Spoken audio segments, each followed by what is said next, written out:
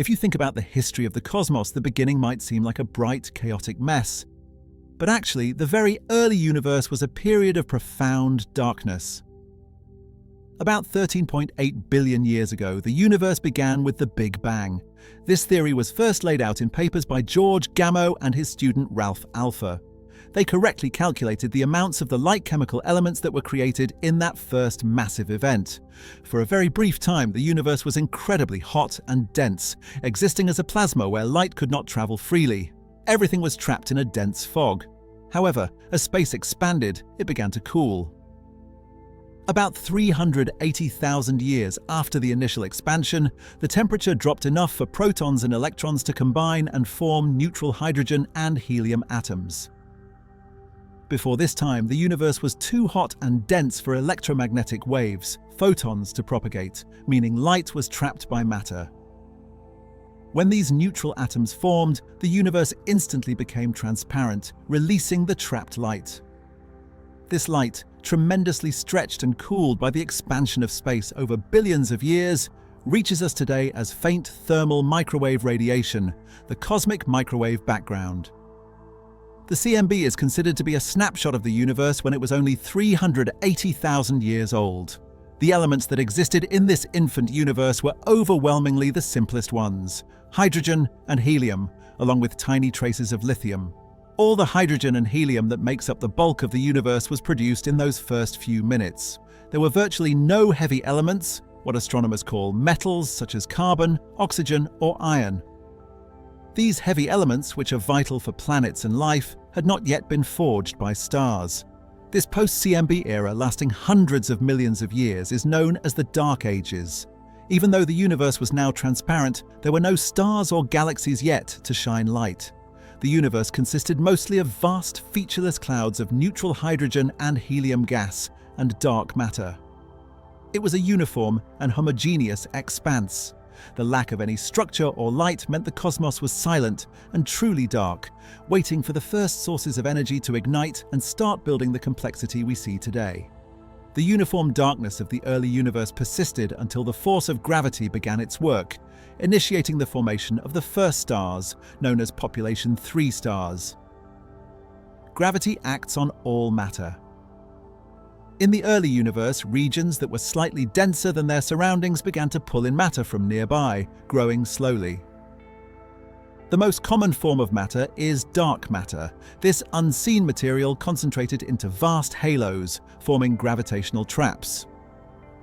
Normal matter, the hydrogen and helium gas, fell into these dark matter traps, collecting there over time.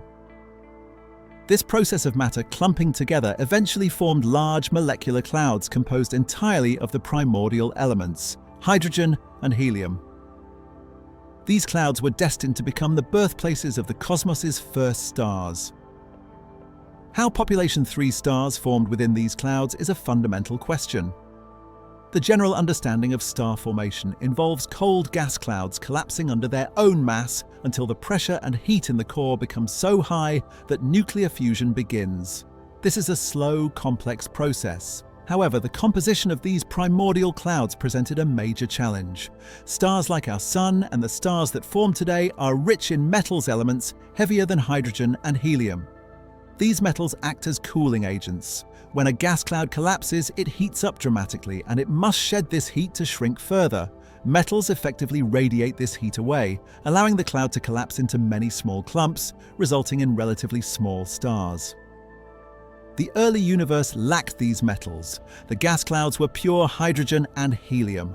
This meant the clouds could not cool down effectively as they collapsed. Without efficient cooling, the central cores of these accumulating clouds reached extreme temperatures and pressures while still containing tremendous mass.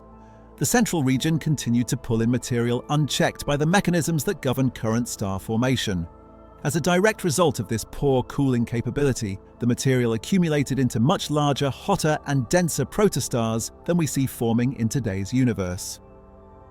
This fundamental difference in chemistry meant that the first generation of stars bypassed the normal channels of stellar birth and went straight to forming truly massive objects.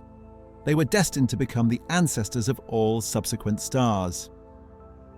The severe lack of heavy elements in the earliest gas clouds resulted in stars that were far heavier than anything in our galaxy today. These population 3 stars were theorized to be 100 to 300 times more massive than our Sun. To put this mass in perspective, our Sun is considered a relatively average, low-mass star. Stars that are even slightly more massive than the Sun, perhaps just 2 or 3 times heavier, are rare. The most massive star types we typically observe today, O and B type stars, generally top out at around 60 or 80 times the mass of the Sun. The theoretical first stars were giants that dwarfed even these massive stars. The fundamental reason for this extreme size relates directly to the material from which they formed.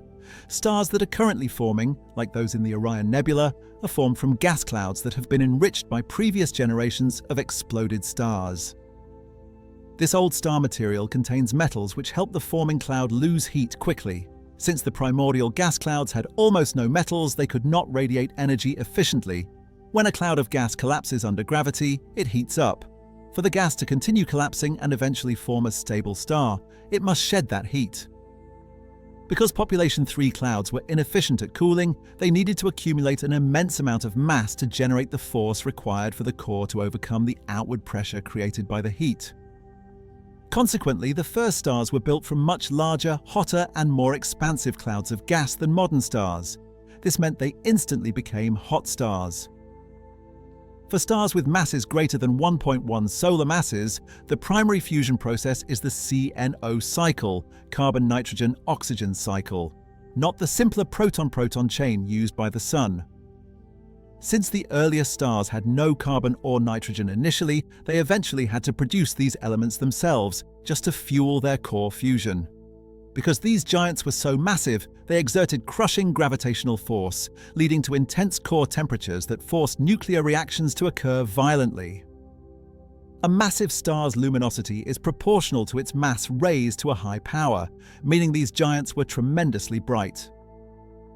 This combination of extreme size, immense heat, and fierce energy output determined that these stars would lead extremely short, violent lives. They existed as cosmic powerhouses, burning their fuel at an unbelievable rate in an age when nothing else existed to challenge their supremacy. The sheer mass of the population 3 stars dictated that they could not exist for long. While a low-mass star like our Sun lives for about 10 billion years, the giants of the first generation had lifespans lasting only a few million years at most. Massive stars burn hot. They consume their nuclear fuel, primarily hydrogen, at a phenomenal, unsustainable rate. The process of a star's death begins when the hydrogen fuel in its core is used up and converted into helium. This helium product cannot immediately fuse because the core is not yet hot enough. Without the outward pressure generated by fusion, the core begins to contract severely under the star's immense gravity. For these extreme massive stars, this contraction immediately leads to intense heating and pressure, forcing the core to quickly fuse increasingly heavy elements in a rapid sequence of burning shells. This creates an onion skin structure inside the star. The fusion stages for a massive star are incredibly fast compared to our Sun's history. Hydrogen to helium lasts about 10 million years. Helium to carbon-oxygen lasts about 1 million years. Carbon to neon-magnesium lasts about 1,000 years. Neon to oxygen-silicon lasts about 10 years. Oxygen to silicon-sulfur lasts about 1 year. Silicon to iron-nickel lasts only 1 day. The end of this rapid sequence occurs when the core begins producing iron. Iron is the most tightly bound element. Fusion of elements lighter than iron releases energy, but any attempt to fuse elements heavier than iron absorbs energy. When the core becomes iron-rich, it can no longer generate the energy needed to support the star against gravity. This leads to an immediate and catastrophic collapse. The iron core collapses in less than a second, plummeting inward until it reaches the density of an atomic nucleus. This collapse is so fast it causes a powerful rebound, sending a shockwave violently outward. Though the initial shock often stalls, neutrinos generated profusely in the hot, dense core carry enough energy to revive the shockwave, pushing the rest of the star outward in a spectacular explosion. This event is a core collapse supernova, Type 2.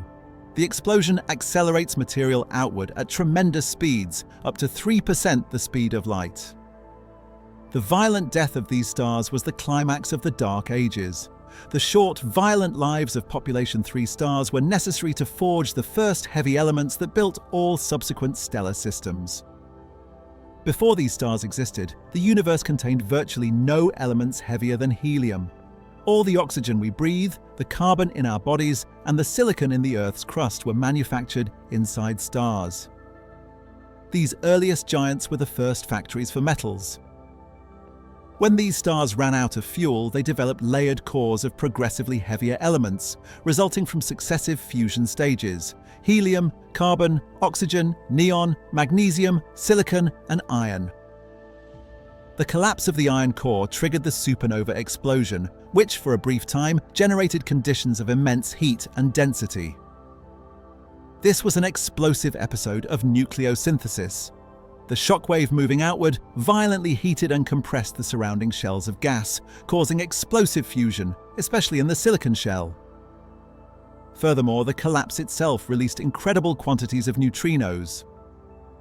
These neutrinos carried energy away from the core, but they also participated in nuclear reactions, bombarding the elements and creating vast amounts of radioactive elements, primarily radioactive nickel and radioactive cobalt. These radioactive isotopes are incredibly important because they decay into stable iron. The iron in your blood, for instance, was formed in a supernova explosion. In fact, virtually every element heavier than iron, including gold, silver, and uranium, is created either by core collapse supernovae or the subsequent collision of their remnants. These heavy elements are built up through rapid neutron capture processes, which occur in the explosive environment. The early giants scattered all these newly created elements, the metals, into the surrounding void.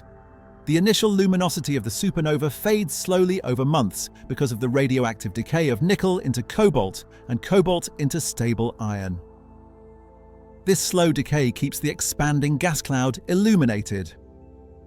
The light curve of a supernova, showing how its brightness changes over time, is actually driven by this radioactive decay. The light from the exploding star is absorbed by the surrounding gas, which then glows brightly, allowing us to observe the event. In this spectacular death, the first stars successfully manufactured the seeds of complexity. The explosive deaths of Population 3 stars were not just individual events. Their supernovas acted as cosmic sculptors, radically shaping the gas clouds and initial structures that would become all later galaxies. When a massive star explodes as a supernova, it ejects material containing all the newly forged heavy elements at phenomenal speeds. The outer layers of the star are accelerated to speeds of thousands of kilometers per second. This ejected material forms a massive blast wave. As this blast wave rips outward, it slams into the interstellar medium surrounding the star. This impact creates an enormous shockwave that heats the surrounding gas dramatically, causing it to glow, often visible in X-rays for thousands of years. This resulting structure is a supernova remnant. Examples like the Crab Nebula show these remnants expanding outward. The energy input from just one supernova is colossal. It plows into the surrounding gas and stirs the interstellar medium. The explosion's force can heat up cold gas clouds, preventing them from collapsing and forming stars. This energy essentially acts as a regulator for star formation in young, developing galaxies. The energy, sometimes in the form of powerful jets seen in certain galaxies, pushes away gas and material, limiting the galaxy's growth. The asymmetry of these explosions is also essential to how they influence the cosmos. Supernova explosions are generally not perfectly spherical. The resulting asymmetry gives the remnants, such as the neutron stars, left behind a tremendous velocity kick. This asymmetry also means the outward shockwave is uneven, creating chaotic structures. In the time before the formation of large, organized galaxies like the Milky Way, the initial structures were small, dense clumps of hydrogen and dark matter. When the first Population 3 stars exploded within these clumps, the blast wave dramatically impacted the structure's evolution. The explosion distributed the first heavy elements, contaminating the pristine gas with the building blocks of rocks and planets. The violence of these supernovas ensured that the process of galaxy formation was complex and dynamic, setting the stage for the creation of all future stellar populations. The material ejected by the supernovae of the first stars became the essential seed material for all later generations of stars and structures in the universe. This established a cosmic ecosystem where the life and death of stars drive universal evolution. The enriched material, the metals like carbon and oxygen created inside the first stars mixed with the surrounding hydrogen and helium gas. Astronomers refer to stars based on the amount of heavy elements, metals they possess in their composition, which is determined by the star's age. 1. Population 3 stars. The first stars composed almost entirely of hydrogen and helium. These are the ancient massive giants we have discussed. 2. Population 2 stars, the next generation of stars formed from gas that was slightly polluted by the debris of the exploded population 3 stars. These stars are metal poor, meaning they have very low heavy element content. They are old, with ages ranging from 10 to 13 billion years. They mostly form the stellar halo and bulge of galaxies. 3. Population 1 stars, the youngest generation of stars formed from gas that has been heavily recycled and enriched by multiple previous supernova explosions. Our Sun is a population 1 star. These stars are metal-rich, having the highest abundance of heavy elements. They are typically found in the spiral disk of galaxies. The evolution of galaxies, including the Milky Way, is a direct outcome of this enrichment cycle. The earlier stars provided the raw materials necessary for the formation of subsequent structures, including planets. The elements that make up the Earth were formed in some ancient star long since dead and then mixed with gas clouds that eventually collapsed to form our solar system. This process is why star formation is described as cyclical. Stars form, they evolve, they die, and they enrich the interstellar medium, which then forms new, more metal-rich stars. This process is still ongoing. The supernovas of massive stars provide the energy budget that shapes galaxy structure and helps them evolve. The creation of heavy elements, dust, and even exotic objects like neutron stars and black holes all stem from this violent recycling. The extreme conditions that gave birth to the first population 3 stars, the total absence of metals, and the overwhelming need for cooling mean that none of these stars exist today. The life cycle of these stars was exceptionally short, lasting only a few million years. Once they exploded as supernovae, they injected the heavy elements they created into the gas clouds around them. This injection fundamentally changed the chemistry of the universe. Since cooling is essential for a collapsing gas cloud to fragment into smaller pieces that form typical stars, the introduction of metals made cooling efficient. This changed the rules for star formation permanently. Subsequent generations of stars, population 2 and 1, formed from polluted gas, allowing them to cool more readily and preventing the formation of such enormous, unstable giants. Because the lifespan of these giants was so brief, they ran out of fuel, collapsed, and detonated billions of years ago.